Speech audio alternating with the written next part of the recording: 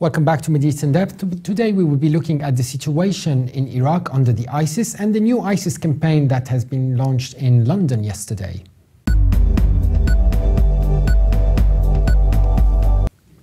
As the West discusses about how to respond to the plight of Christians and the Yazidis fleeing fundamentalist gunmen, the fighters of the ISIS, which calls itself Islamic State, are making important gains hundreds of miles away in Syria.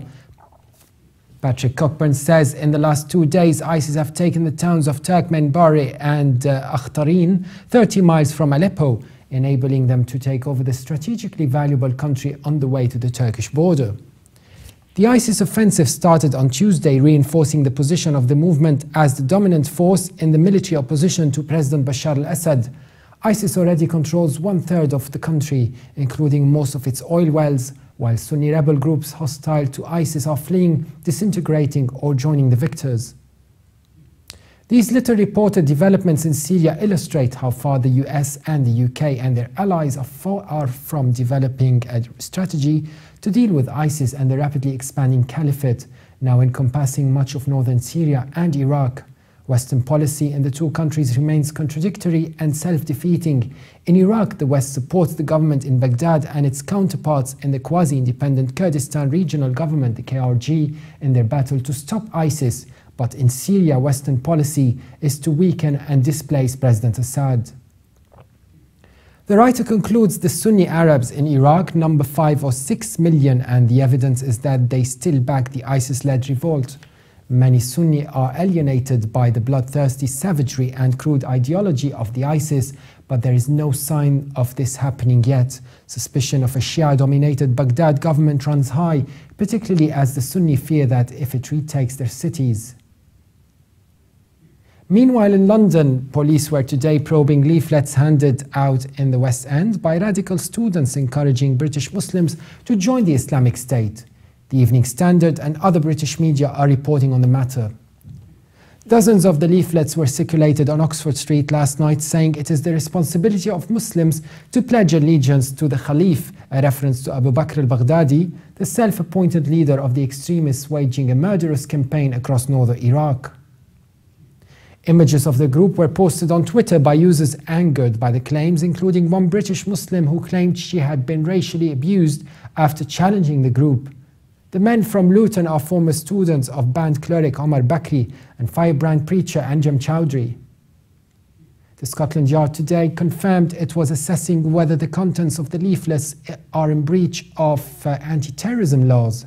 The spread of pro-ISIS material has become a major concern for intelligence chiefs, and last night's demonstration is one of the most high-profile to date.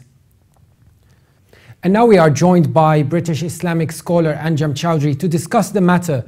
Anjem, what do you think of the Caliphate Established campaign launched in London? Well, we have to appreciate, first of all, that the Khilafah is legitimate. For those people who have assessed the criteria, if indeed Abu Bakr al-Baghdadi or Caliph Ibrahim, may Allah protect him, is the Khalifa, which I believe he is, and the Muslims who were distributing the leaflets as well in Oxford Street believe he is, then we have no choice but to obey him. We have no choice but to make hijrah, to live under Darul Islam. And of course, we will promote the fact that it's better to live under the Sharia than to live under the Kufr law in Britain and in other places. And I think that we must make a distinction between asking people to live in Darul Islam and in fact asking people to fight and to train for jihad, because really the Western governments, I think, are concerned about people who are training and coming back and potentially carrying out operations back here in the West. And obviously, this is not what was being promoted on the streets of London the other day.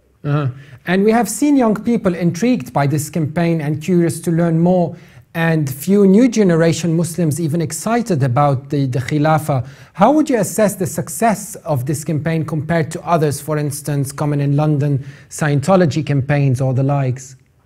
Well, I think it's extremely successful because, remember, the Muslims have been talking about the Khilafah now for generations. Nobody has ever witnessed it. The last time we had the Khilafah was over 90 years ago, before the 3rd of March 1924. So we've had many stories about the great campaigns of the Khalifa and from the time of the Prophet himself, sallallahu alaihi wasallam. And therefore, when someone actually declares that they have established the Khilafah, and let's face it, this is the first time it's ever been declared. There have been many movements before who had this project, but Abu Bakr al-Baghdadi, may Allah protect him, is the only one who has actually declared it. Then of course it's very exciting for the youth, and you can see as well that the rapid expansion of the Islamic State, the rapid, if you like, taking of territory and the spread of the authority is something which is very, very exciting, I think, for the youth. The youth will never give their allegiance to cowards. They will give their allegiance to people who are brave. And by all accounts, the Islamic State today is facing many regimes. They are not just fighting the Iraqi and the Syrian regimes, but they are now also fighting the Americans. You know, they are facing off the Lebanese and the Iranians. So really, you know, this is a very, very exciting time, I think, for the youth. And many people are flocking to support the Islamic State, and they want to go there and actually live there. And of course, many people as well want to fight with them.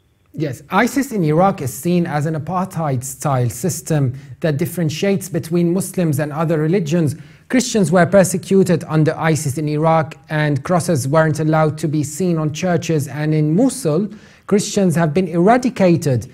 Now, we gathered that Christians and other groups in the UK are offended today, comparing this to a Nazi campaign, especially with the jihadi flag being flown in Canary Wharf last week. What do you think of that?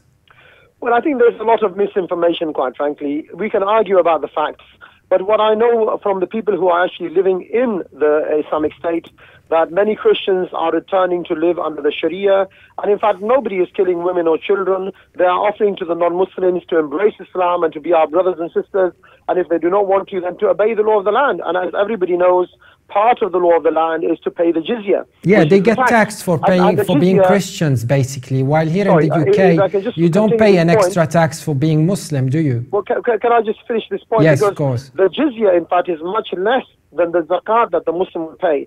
And obviously, the non-Muslim, his life, his honor, his deen will be protected. And, you know, when they talk about the Christian churches, the same churches are standing in places like Syria and in Iraq. And even if you look in Jerusalem, the Qiyamah Masjid has the same cross as had from the time of Umar bin al-Khattab radiallahu anhu. So it's not our policy to kill the Christians and to destroy the churches. But definitely, if people do not obey the law of the land, if they fight us, you know, if there are idols in the public arena, this is a different question. But, you know, I would quote one person. There was a Jewish professor recently at Vanderbilt University. He said that at one point or another, all of the Jews in the world lived under the Islamic State, and their survival is due to the fact that we protected them. So, you know, this is not the case. I think it's propaganda. The fact is that the Americans and their allies, they want to come into the area. They want the economic and military interests to be established. And really, the Yazidis and the Christians are an excuse. But the reality is very different on the ground. And if Khilafah were proved to be successful, where it is spreading now in Iraq specifically, do you think it will be successful here in the West?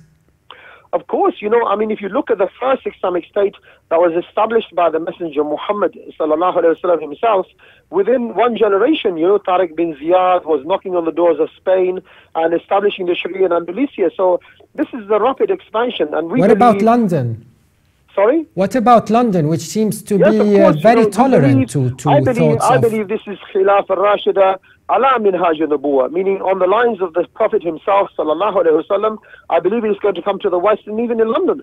And I believe, you know, if you fear something, you should seek knowledge about it. And the Sharia is a beautiful religion.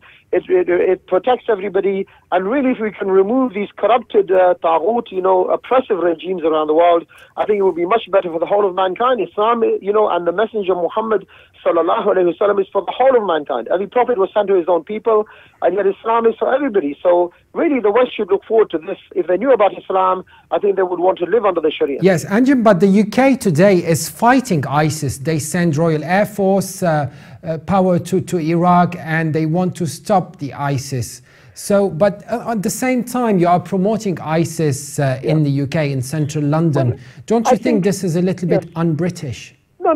Yeah, of course, you know, I don't subscribe to Western values. I don't believe in democracy, freedom, and secularism. I don't consider myself to be British. Remember, in Islam, we do not classify people according to their race or according to their look, how they look, or where they're born, or their resident, or where they get married. In Islam, we have Muslim or Kafir. That is the only distinction Allah made in the Quran. Yes. And obviously, the Muslim have different responsibilities and duties from the non-Muslims. Yes. The reason why these regimes are in the area and they're bombing is because, as everybody knows, the economic interests in places like Erbil, and as well because the Muslims do not accept the institutions like the United Nations, the IMF, and the World Bank. They don't accept the hegemony of the Americans, and they know that their own biggest ally in the area, which is Israel, the occupying Jews, they will be next on the agenda of the Muslims once they secure this region. So for them, it's the biggest. So basically, your agendas overlap with the agendas of the Shia, basically from Iran, because they are not very keen on the Jews and Israel anyway. Oh, come on. I think that the biggest protection for the state of Israel is the Iranian regime, Hezbollah, and Syria. Right. They have not fired a bullet in the last 6 years. They are the biggest friends of the Israelis. They want to give the impression that they're against Israel, but at the end of the day, they don't do anything about it. The only ones really who are fighting the aggressors, who are fighting their own bosses, the Americans, are the Muslims nowadays, who are fighting as well Bashar al-Assad, who are fighting the heinous crimes which are being committed by Hezbollah and the Iranian regime. Over 150,000 people have been slaughtered. One last question, Anjem, from a kafir like me. Are you planning to relocate to the Islamic State? You know, I would love to go and live under the Islamic State, under the Sharia. But the problem that we have nowadays, you know, is that the West have always said, if you want Sharia, go back to your own countries. And now that we're trying to go back to our own countries, they're taking our passports away and putting us in prison. So they can't make up their minds. Either you want us to go, so you want us to both stay. options, basically. Sorry? So you prefer to keep the option open to return just in case? Inshallah, one day I will make hijrah, and then you will hear from me, inshallah, from Darul Islam. British scholar Anjem Choudary, thank you very much for being on the show. You're welcome. Always a pleasure. And for more updates, please visit our website, levant.tv. You could also subscribe to Middle East in Depth on iTunes. Thanks for watching. Bye for now.